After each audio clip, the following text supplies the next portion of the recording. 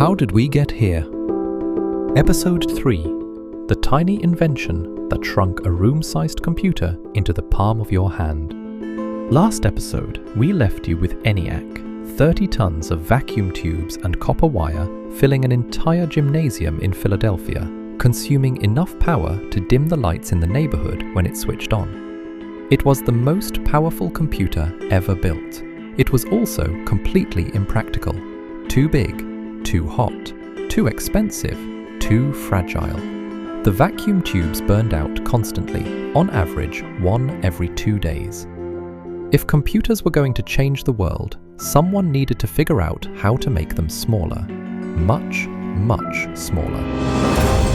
In 1947, 2 days before Christmas, William Shockley, Walter Brattain and John Bardeen demonstrated something that had never existed before: a transistor. It was a tiny sliver of germanium with 2 metal contacts pressed against it. A small electrical signal on one contact controlled a much larger current flowing through the other. It could do everything a vacuum tube could do, but it was the size of a fingernail. The 3 men won the Nobel Prize for it. By the mid-1950s, transistor radios were in millions of American living rooms. Small, portable, battery-powered. For most people, the first time technology had ever felt truly personal. As computers grew more complex, they needed more transistors, which meant more wires, more failure points, more cost. Engineers called it the tyranny of numbers. The math of complexity was threatening to kill the technology before it could grow up. In 1958, an engineer named Jack Kilby at Texas Instruments had a solution that was almost insultingly simple in hindsight. What if you built every component of a circuit, transistors, resistors, capacitors, all on a single piece of semiconductor material? One chip, everything integrated. Almost simultaneously, Robert Noyce in California arrived at the same idea independently. Both filed patents. Both are credited as co-inventors. The integrated circuit, the microchip, changed the economics of computing completely. Suddenly, you could put the processing power of an entire room onto something smaller than a postage stamp. Noyce's colleague Gordon Moore noticed something remarkable. The number of transistors you could fit on a chip was doubling roughly every 2 years. He predicted it would keep doubling. He was right for 60 years. ENIAC had 18,000 vacuum tube components. The chip in your smartphone has over 15 billion transistors. That's not progress, that's exponential. Moore and Noyce co-founded a company in 1968. You've heard of it. They called it Intel.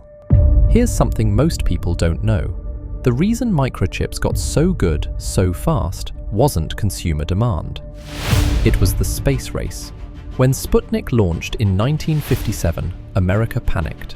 NASA started writing enormous checks to anyone who could make computers smaller and more reliable. The Apollo guidance computer, the machine that navigated astronauts to the moon, was one of the first computers to use integrated circuits at scale. It had to fit inside a spacecraft. It had to work perfectly. When Neil Armstrong stepped onto the moon, that computer had less processing power than a modern digital watch. But building it taught engineers things that led directly to the laptop on your desk and the phone in your pocket. Space didn't just inspire people, it funded the technology that changed everything. By 1975, microchips were in calculators, digital watches, the first primitive video games. The technology was there, the manufacturing was there. The only thing missing was someone willing to aim it directly at ordinary people. 2 names you already know were about to do exactly that. One a genius at engineering, the other a genius at making people want things they didn't know they needed. Together, they'd start a company in a garage and permanently change what it meant to own a computer. And in doing so, they'd accidentally set off a chain of events leading directly to the AI revolution happening right now. That's episode 3. Subscribe now if you haven't already, and I'll see you in the next episode.